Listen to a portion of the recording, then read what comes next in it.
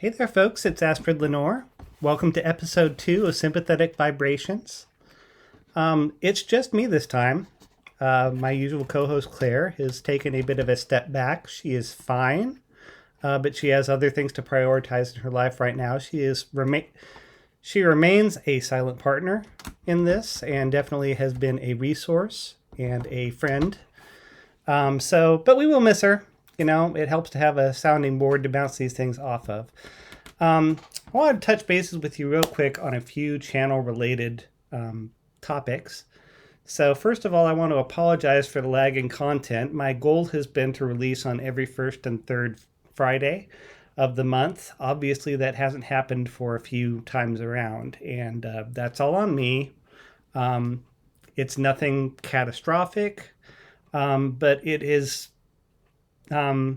basically been one of the more stressful times in my life. There's been, a good deal of work stress, a good deal of pressure around getting the apartment in order, which was much needed.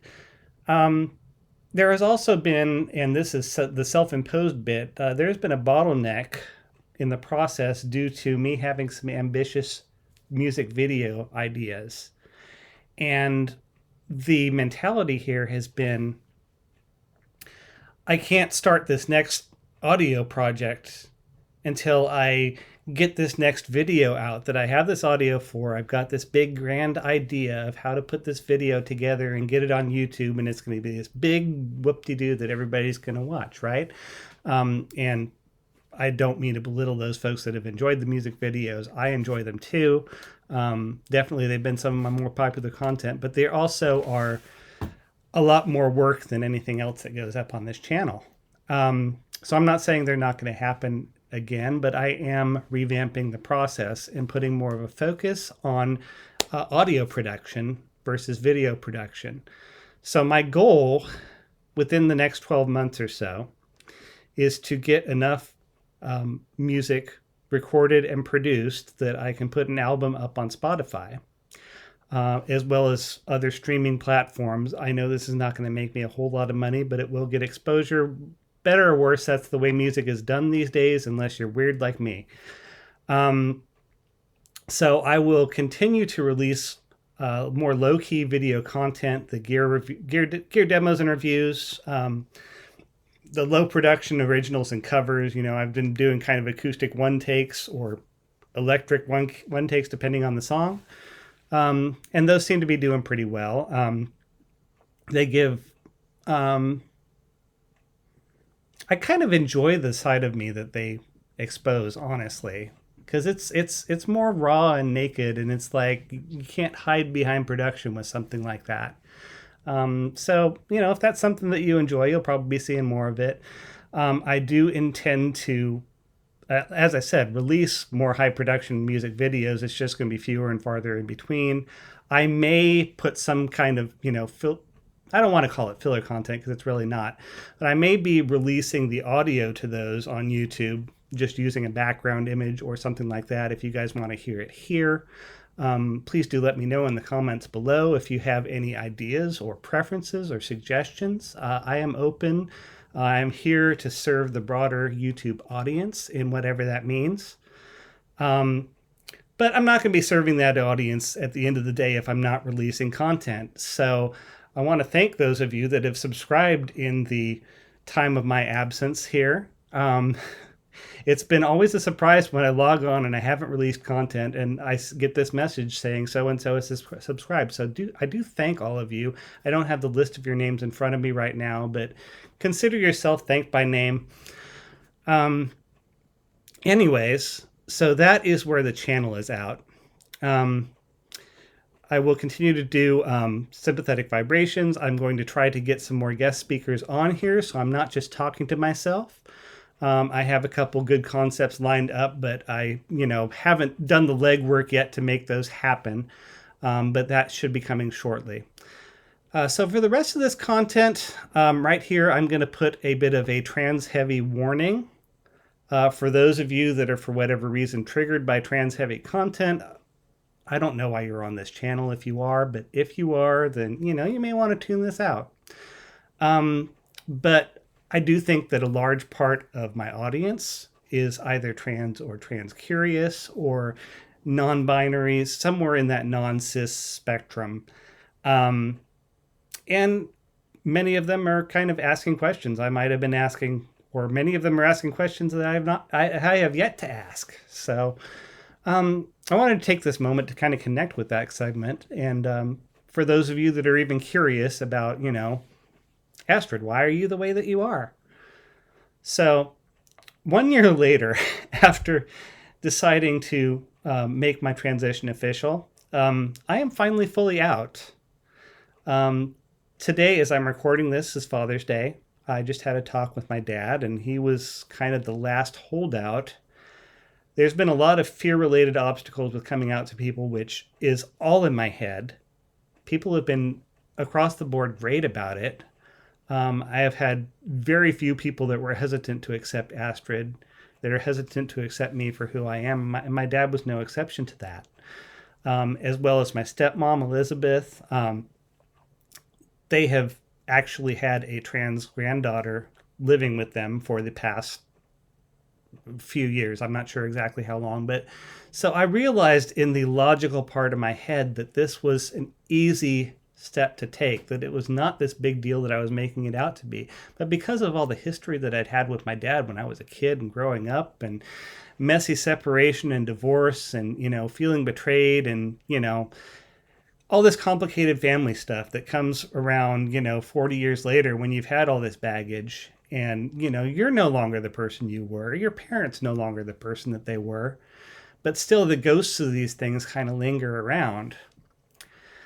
And it created it created a serious obstacle to where these people that could have been a bastion of support this whole time, I was hesitating. I was fearful to even mention anything about this to them because I didn't know if they might snap for whatever reason.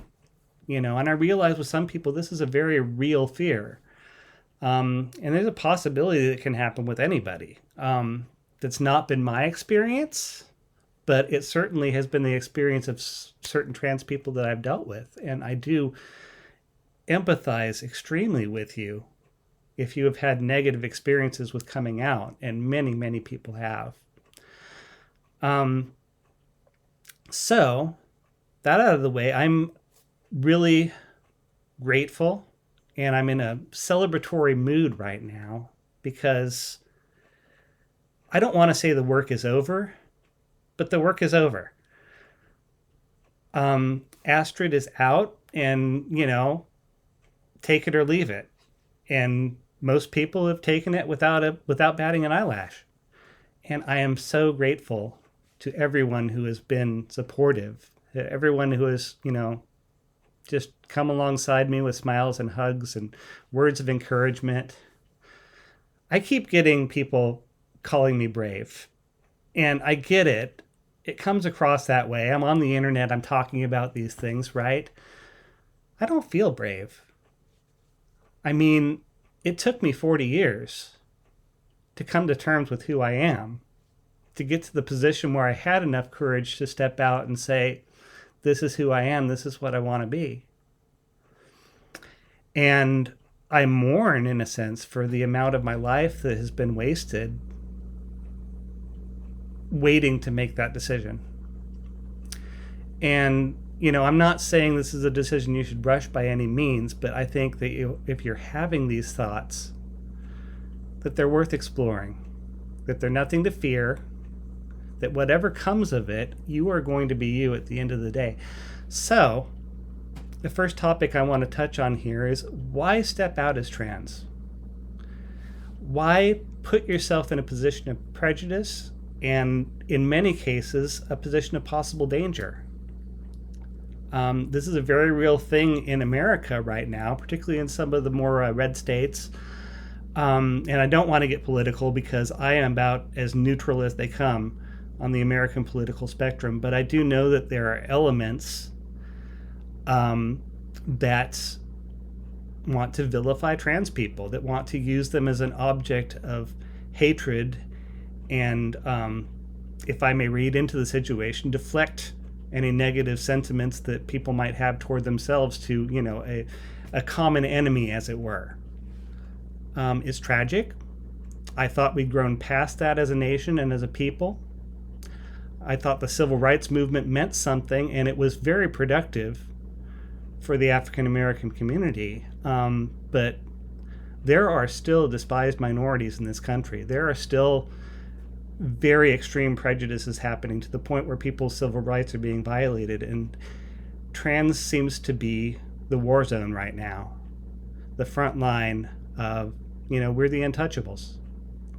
So why put yourself in that position if you can avoid it? Well, the fact of the matter is many of us can't. There are those of us that just realize very early on in life that, okay, I'm a woman, or I'm a man, or, I'm somewhere in between. And they just have to express that. And yeah, it took me a lot longer, but certainly there were clues along the way.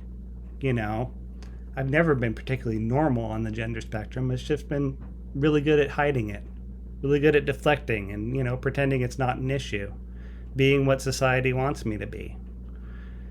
And, in certain senses, there's some wisdom to that, particularly if you are in a position where it will put you in danger. The last thing I would want any of you to do is endanger yourselves. But there's times when it just has to happen. And it's tough.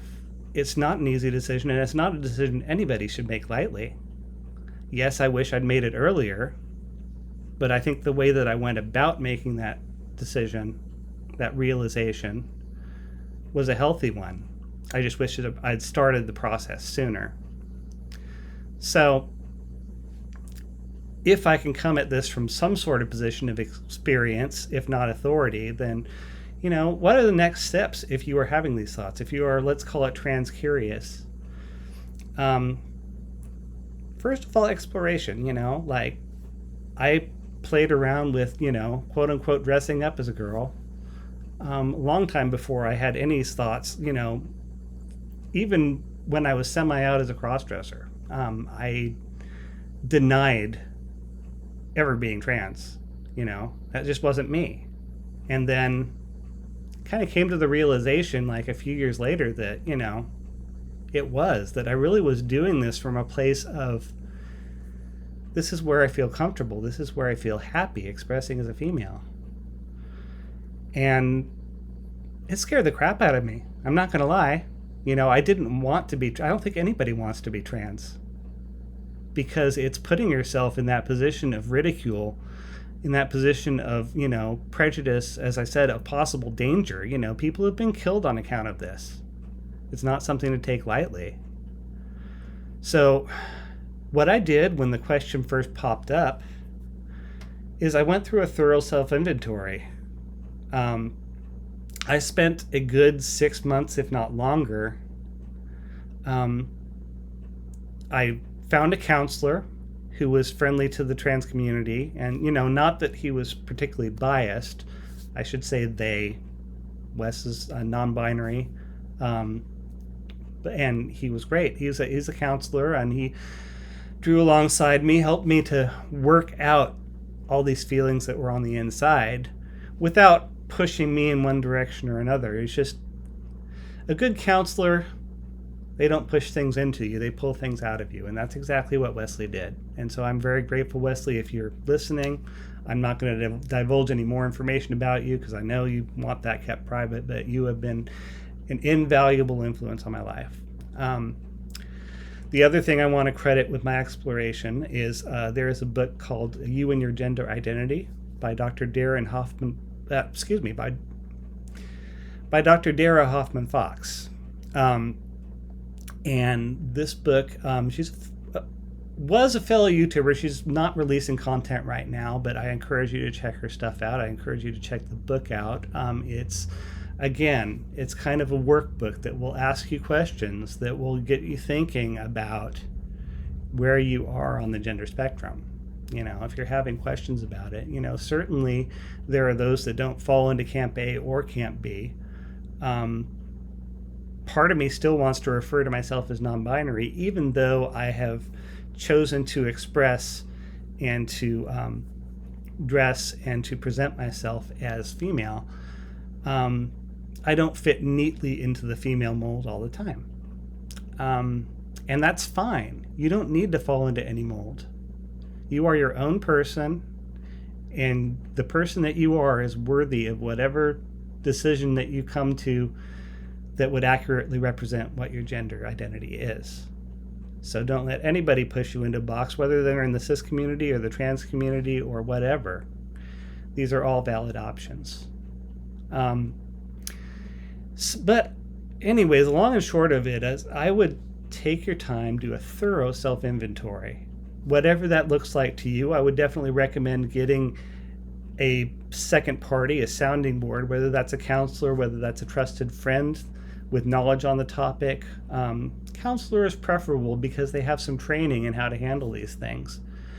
And if you cannot find a counselor in your area, there are resources online. You can probably find a counselor that you can talk to, if not in person, that at least you can communicate via text or whatever and bounce ideas off of. It really is part of how we're designed as human beings as we're interactive. It's, sitting there by yourself, you're not going to be able to explore all your feelings. You need somebody to kind of yes and you sometimes. So anyways, that's how I got to where I am today. It was not a decision I took lightly. I'm repeating myself a little bit here, and I apologize, but I wanted to drill that into your brains that, it's not something you just snap your fingers and, all of a sudden I'm trans. At least most of the time, that's not how it happens. On that note, I'm about a year into the journey now, a little bit more than a year. And I have had doubts, I've had days where I've asked myself, is this really who you are? Is this really how you want to live your life? There's a term for this. This is called imposter syndrome. This is, basically when you tell yourself, like, I'm just faking it. None of this is real. And it'll pop up, and maybe in some cases, it's a legitimate thing that you want to listen to.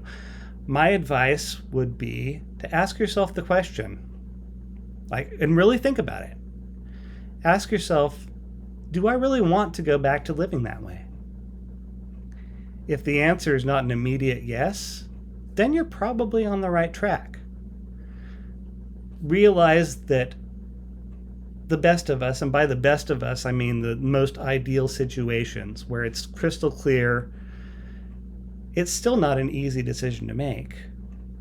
Even if you know who you are, you're putting yourself in a position where you've got a lot of obstacles on your path. And many of us, if not most of us, if not all of us, have our doubts at some point. It's just human nature.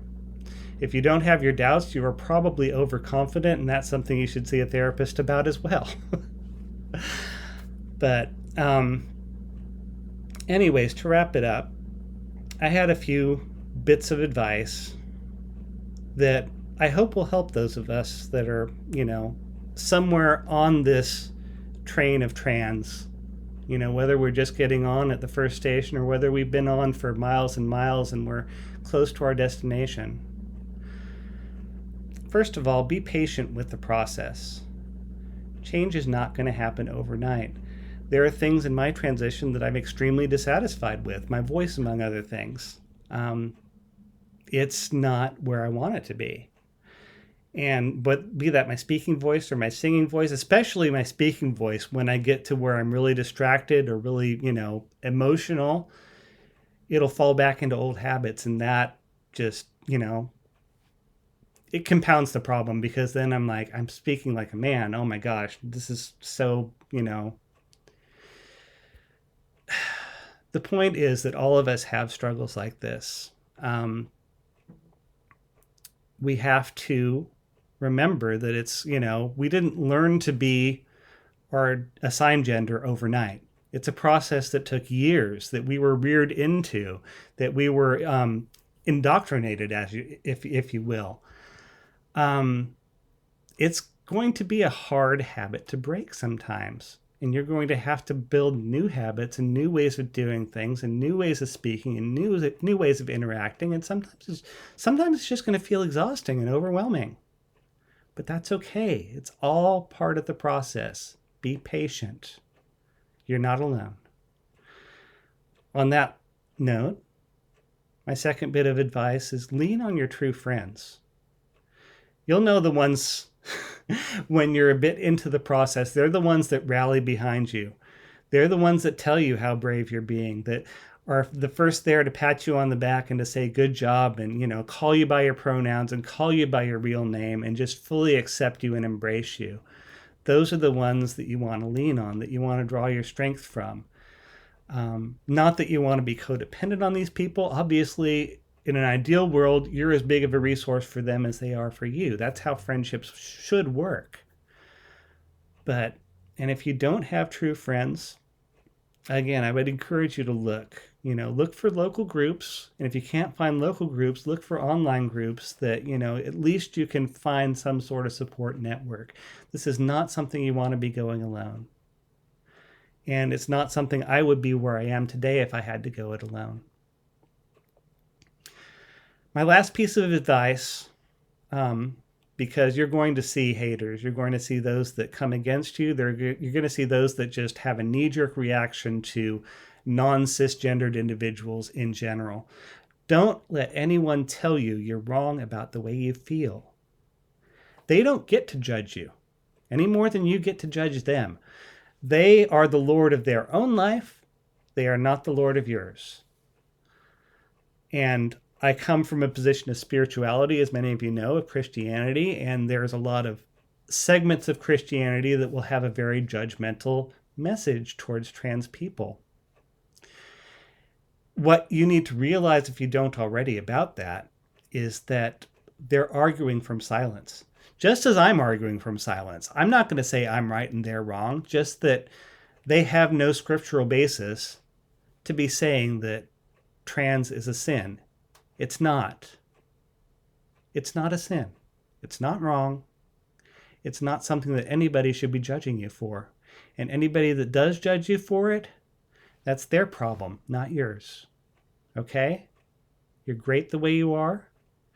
You're great the way that your internal gender wants you to be. And any step along that process, you're a good person.